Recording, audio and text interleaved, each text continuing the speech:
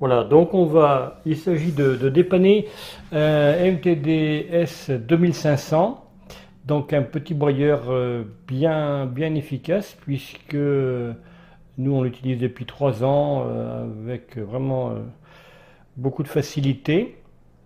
Voilà, petite panne. Donc qu'est-ce qu'il peut y avoir comme panne? Le moteur ne démarre pas. Alors, il faut commencer par évidemment démonter le capot.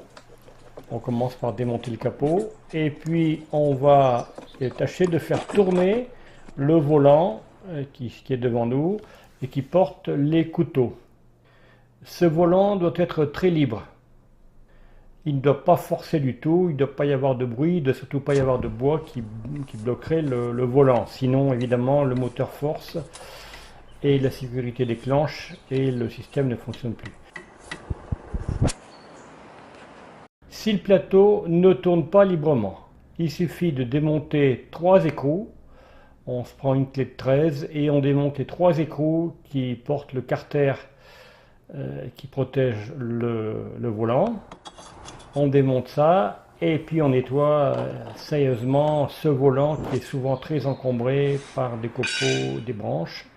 Une fois que cette vérification est bien effectuée, on essaye d'enclencher le moteur. Si le moteur ne tourne pas, il reste 3 possibilités de panne. Ou le moteur est complètement mort, et là c'est la mauvaise nouvelle parce que là je ne pense pas que ce soit intéressant de le changer. Beaucoup plus fréquemment, ce qui va se passer, c'est qu'il y a un problème au niveau de la sécurité de l'appareil, la sécurité qui est installée. D'une part, au niveau du bac, le bac de remplissage a une poignée. Et si cette poignée est mal enclenchée, le contacteur ne va pas se fermer et le moteur ne démarrera jamais.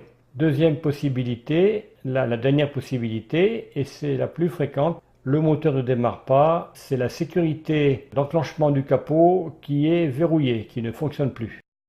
Pour démonter cette sécurité du capot, il faut d'abord desserrer les 6 vis qui immobilisent le moteur. Il y en a 3 de chaque côté. Quand vous avez desserré ces 6 vis, il faut desserrer la plaque électrique de façade. Et puis à ce moment-là, il va falloir débrancher les cosses qui sont reliées sur l'interrupteur principal. On débranche les cosses et on les enfonce légèrement. À ce moment-là, on peut facilement dégager le bloc moteur en faisant suivre les fils et en faisant attention de ne pas les accrocher, évidemment.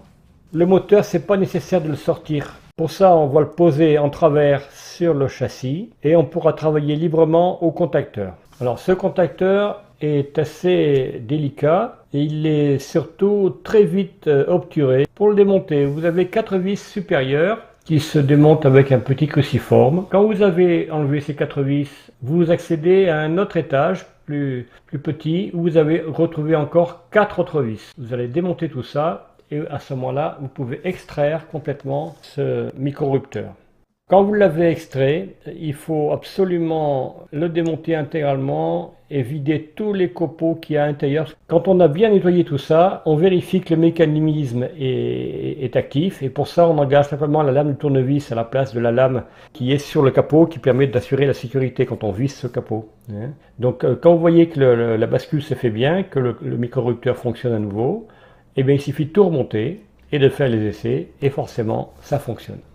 Alors j'en profite pour vous montrer la vidéo de l'état des lames du broyeur sur lequel je suis intervenu. Vous voyez que les lames sont largement entaillées, on dit plutôt des couteaux que des lames d'ailleurs. Voilà, les couteaux sont largement abîmés, donc j'en profitais pour les changer et ça c'est très facile à faire. Il suffit de placer un peu de dégrippant qui sont des vis 6 pans.